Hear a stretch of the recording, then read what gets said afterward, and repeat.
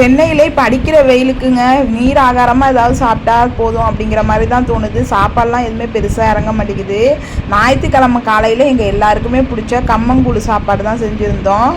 வெயில் காலத்துக்கு ரொம்ப குளிர்ச்சியான கம்மங்கூழ் எப்படி செய்கிறது அப்படின்னா, கம்பு இருக்குல்ல, அதை நல்லா கழுவிட்டு அந்த ஈரப்பதத்தோட மிக்ஸி ஜாரில் வந்து நல்லா பவுடராக்கி வச்சிடணுங்க. சில பேர் நைட்டே வந்து இந்த கம்பு பவுடர் இருக்குல்ல, அதை வந்து தண்ணி ஊற்றி நல்லா வேக வச்சு புளிக்க வைப்பாங்க நைட்டே. நான் வந்து நைட்டு தண்ணி ஊற்றி புளிக்க வச்சுட்டு காலையில் தான் வேக வச்சேன். நல்லா வந்து கொதித்து அது திக்காகி வரணும். அந்த கம்பு வந்து கீழே உள்ள அந்த பவுட்ரு வந்து நல்லா வேகணும். அதுக்கு ஒரு 25 நிமிஷம் மீடியம் ஃப்ளேமில் வச்சு வேக வச்சிங்கன்னா நல்லா வெந்துடும். நைட்டே சில பேர் வந்து சமைச்சி அதை காலையில் தண்ணி மோர் ஊற்றி சாப்பிடுவாங்க.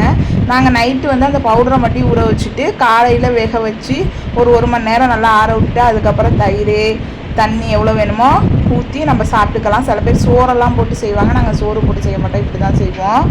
கூழுக்கு வந்து வடகம், முத நாள் வச்ச குழம்பு, அதுக்கப்புறம் இந்த மிளகா வத்தல் எண்ணெயில் வறுத்து சாப்பிட்டோம். அதெல்லாம் ரொம்ப சூப்பராக இருக்கும். நாங்கள் காலையிலே எண்ணெயில் பொரிச்ச பொருள்லாம் வேண்டாம் அப்படின்னு சொல்லிட்டு முட்டை பொரிச்சு இதுக்கு தொட்டுக்கிட்டு சாப்பிட்டோங்க. கூழ் அவ்வளோ சூப்பராக இருந்துச்சு. இப்போ உள்ள பிள்ளைங்கலாம் வந்து இந்த மாதிரி கூழெல்லாம் குடிக்கிறதே இல்லைன்னு தான் சொல்லணும். யாருக்குமே அதெல்லாம் பிடிக்கவும் மாட்டேங்குது. அன்ஹெல்தி ஃபுட்டுன்னா நல்லா சாப்பிட்றோம் அப்படிங்குதுங்க.